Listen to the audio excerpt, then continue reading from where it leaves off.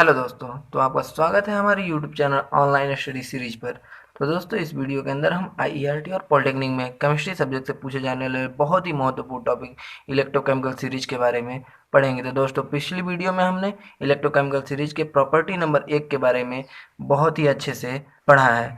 तो दोस्तों, इस वीडियो में हम इलेक्ट्रोकेमिकल सीरीज से संबंधित जितनी प्रॉपर्टियाँ बची हुई हैं, हम वो सारी प्रॉपर्टी आपको बताएंगे और हर प्रॉपर्टी एग्जाम के पॉइंट ऑफ व्यू से बहुत ही ज़्यादा ही महत्वपूर्ण होने वाला है आपके लिए। तो दोस्तों, इस वीडियो पर बने रहिए और इस वीडियो सारी प्रॉपर्टी को हम आपको अच्छे से बताने वाले हैं और उससे संबंधित प्रश्नों को भी बताने वाले हैं। तो दोस्तों, शुरू करते हैं हम और देखते हैं ईसीएस की यानी विद्युत रासायनिक श्रेणी की प्रॉपर्टी नंबर 2 क्या कहती है। प्रॉपर्टी नंबर 2 कहती है विद्युत रासायनिक श्रेणी में लिथियम से मैग्नीशियम के ऊपर तक के धातु अक्रियाशील मतलब अतिक्रियाशील धातु होते हैं तथा उसके बाद मैग्नीशियम से फेरस तक यानी कि लोहे तक के धातु जो होते हैं वो सक्रिय धातुओं में आते हैं। इसके बाद के धातु कम क्रियाशील धातु होते हैं, जिसके कारण लिथियम और मैग्नीशियम के ऊपर के धातु ठंडे जल से क्रिया कर लेते हैं तथा मैग्नीशियम से फेरस तक के धातु गर्म जल वाष्प से क्रिया करते हैं और हाइड्रोजन बनाते हैं, परंतु अन्य धातुएं जो होती हैं वो हाइड्रोजन नहीं बनाती हैं। इसको हम एग्जाम्पल के माध्यम से देखते हैं और समझने की कोशिश करते हैं कि इसका रिएक्शन कैसा होता है। एग्जाम्पल नंबर 1 देखिए, जैसे Na हाइड्रोजन जल के यानी ठंडे जल से क्रिया करता है और हाइड्रोजन गैस मुक्त करता है। Ca ठंडे जल से क्रिया करेगा और हाइड्रोजन गैस मुक्त करेगा।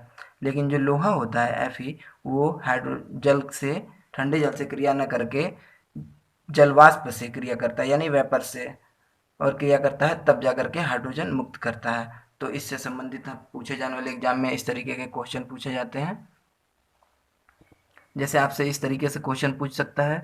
क्वेश्चन नंबर 1 कहता है, देखिए, निम्न में हाइड्रोजन गैस प्राप्त होगा, यानी कि ऐसी कौन सी रिएक्शन होगी जिसमें हाइड्रोजन गैस प्राप्त होगा।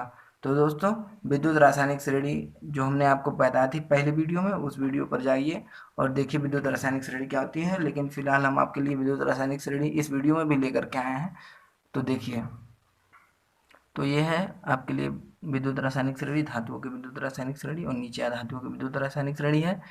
तो धातु की विद्युत रासायनिक श्रेणी में मैग्नीशियम से लिथियम तक के बीच में जितने भी धातु होते हैं वे ठंडे जल से क्रिया करते हैं तथा मैग्नीशियम से जो लोहा तक के धातु होते हैं वो वेपर से क्रिया करते हैं तथा उसके बाद के जो धातु होते हैं वो जल से क्रिया करके हाइड्रोजन गैस नहीं बनाते हैं।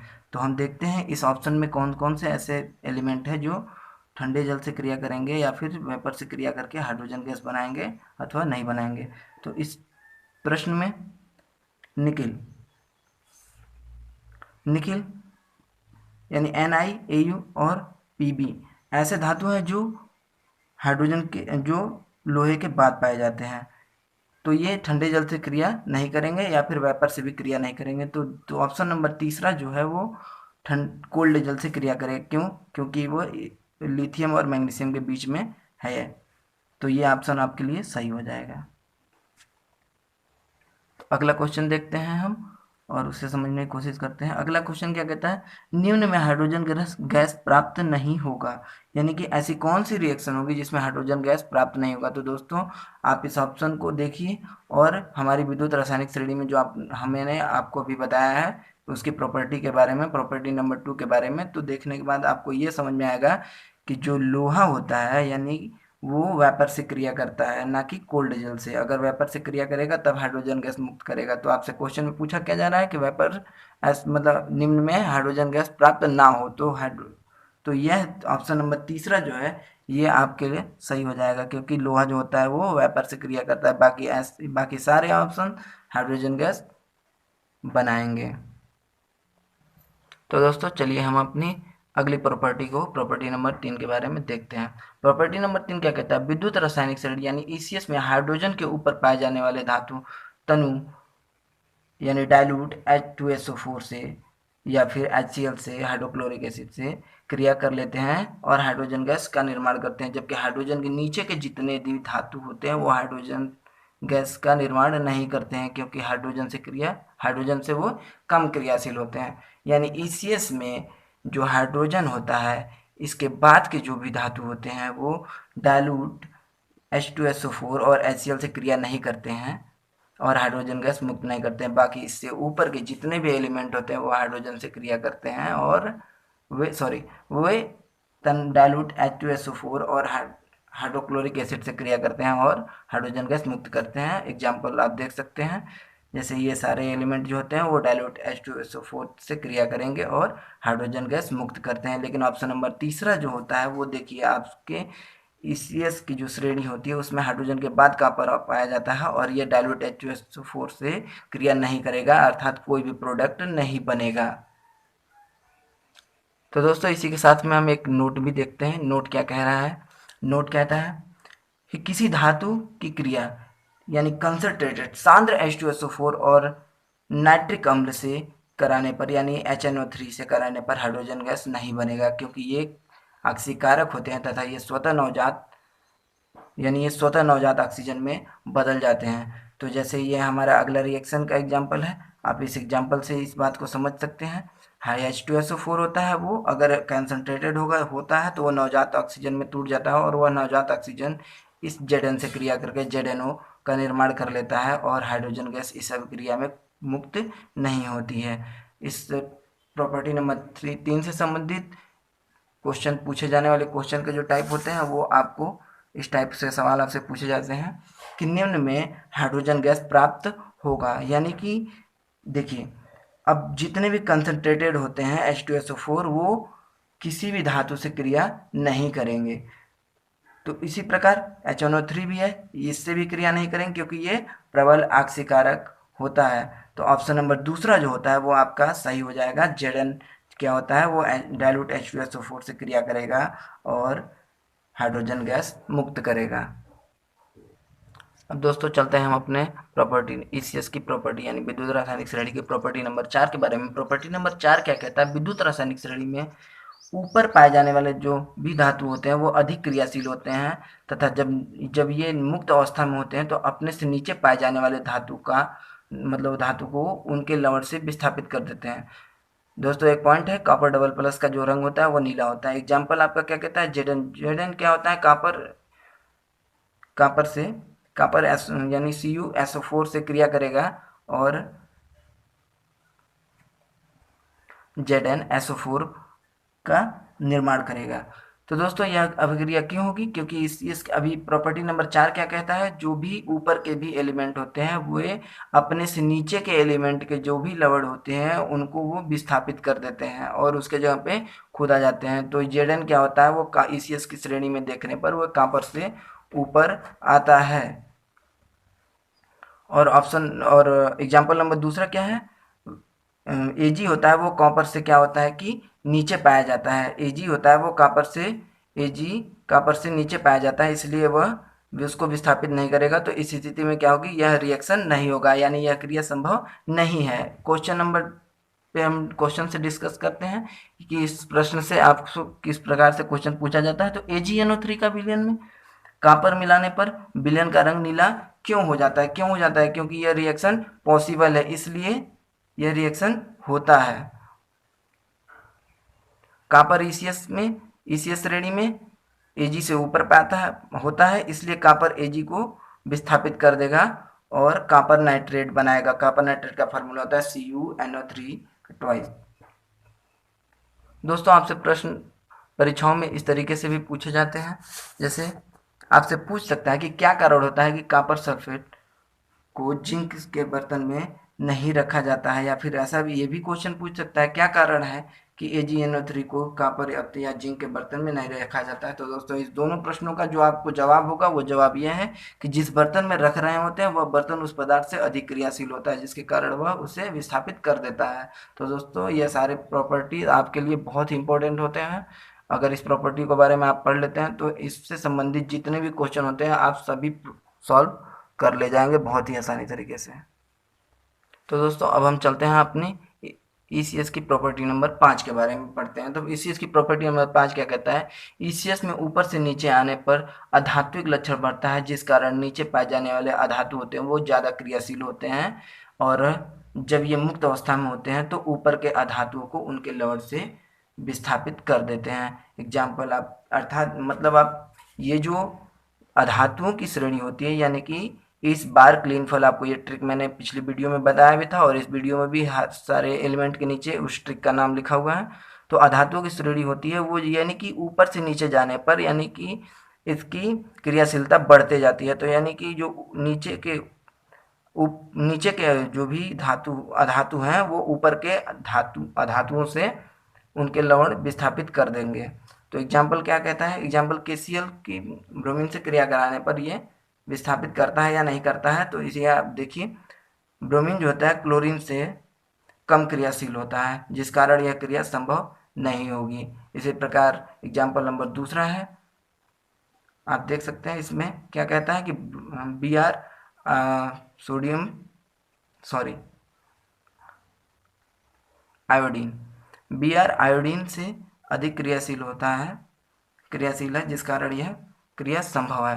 तो आप देखिए Br जो होता है वो नीचे पाया जाता है और आयोडीन होता है वो ऊपर पाया जाता है, इसलिए वह ज़्यादा क्रियाशील होगा और आयोडीन के लवण से आयोडीन को विस्थापित कर देगा। क्वेश्चन आपसे इस प्रकार एग्जाम परीक्षाओं में पूछा जा सकता है कि Br माइनस के जलीय विलयन में कौन Br2 को विस्थापित करेगा। तो दोस्तों इस रिएक्शन को आप देखिए,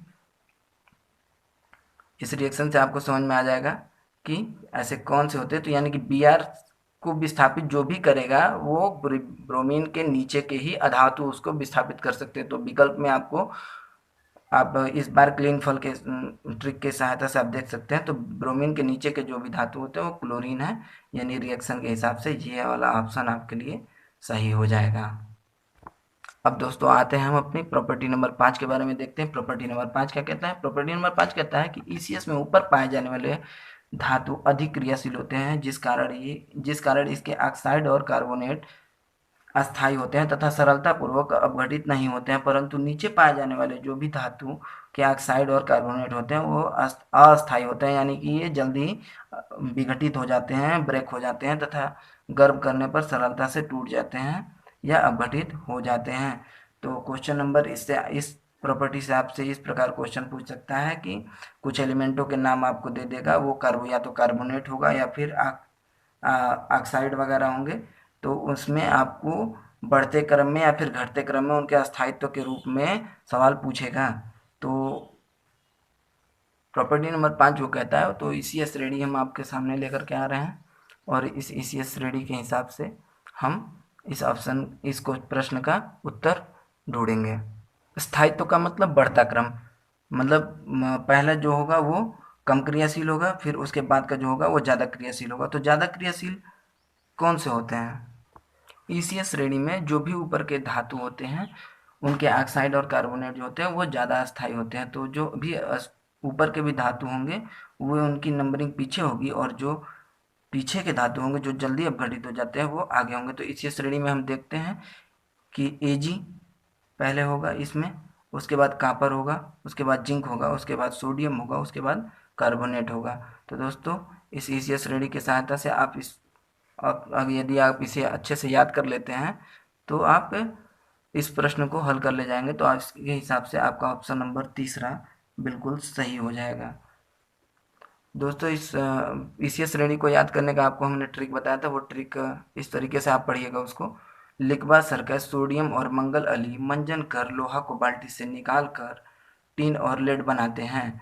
कापर मरकर सिल्वर पीटकर सोना बनाया। और अधातुओं का क्या था, इस बार क्लीन फल।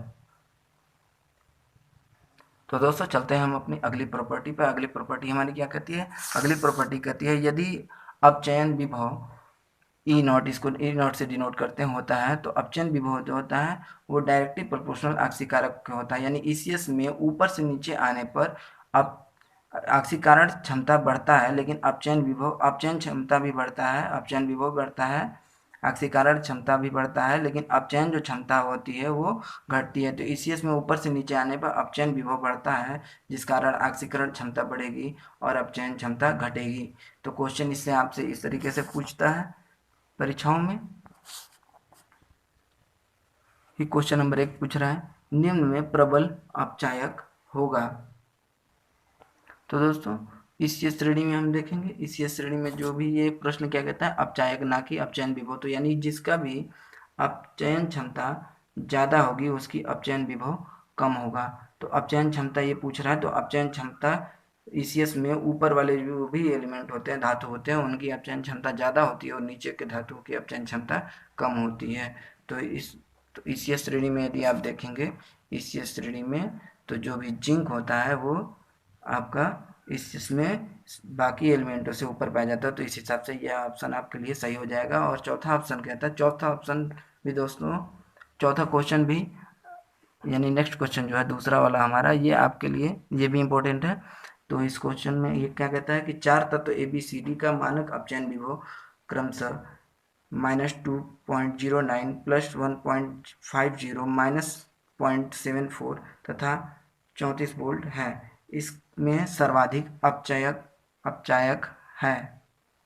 तो दोस्तों जिसका अपचयन विभव कम होगा, इस फार्मूले के हिसाब से जिसका अपचयन विभव कम होगा उसका अपचायक क्षमता ज़्यादा होगा। तो इसमें ए का अपचयन विभव बहुत ही कम है, यानी -2.09 है। तो इस हिसाब से ऑप्शन नंबर ए आपके लिए सही हो जाएगा। ऊपर वाली जो क्वेश्चन पूछ रही है, पहला नंबर क्वेश्चन, इसको याद करने का ट्रिक है। इसमें क्या कहता है कि जो भी एलिमेंट ऊपर के होते हैं यानी अपचायक में अप जो होता है ये आपके लिए अप का मतलब ऊपर, यानी ऊपर के जो भी होंगे वो प्रबल अपचायक होते हैं ईसीएस की श्रेणी में। तो दोस्तों इस प्रकार हम ईसीएस की सारी प्रॉपर्टी के बारे में पढ़ चुके हैं।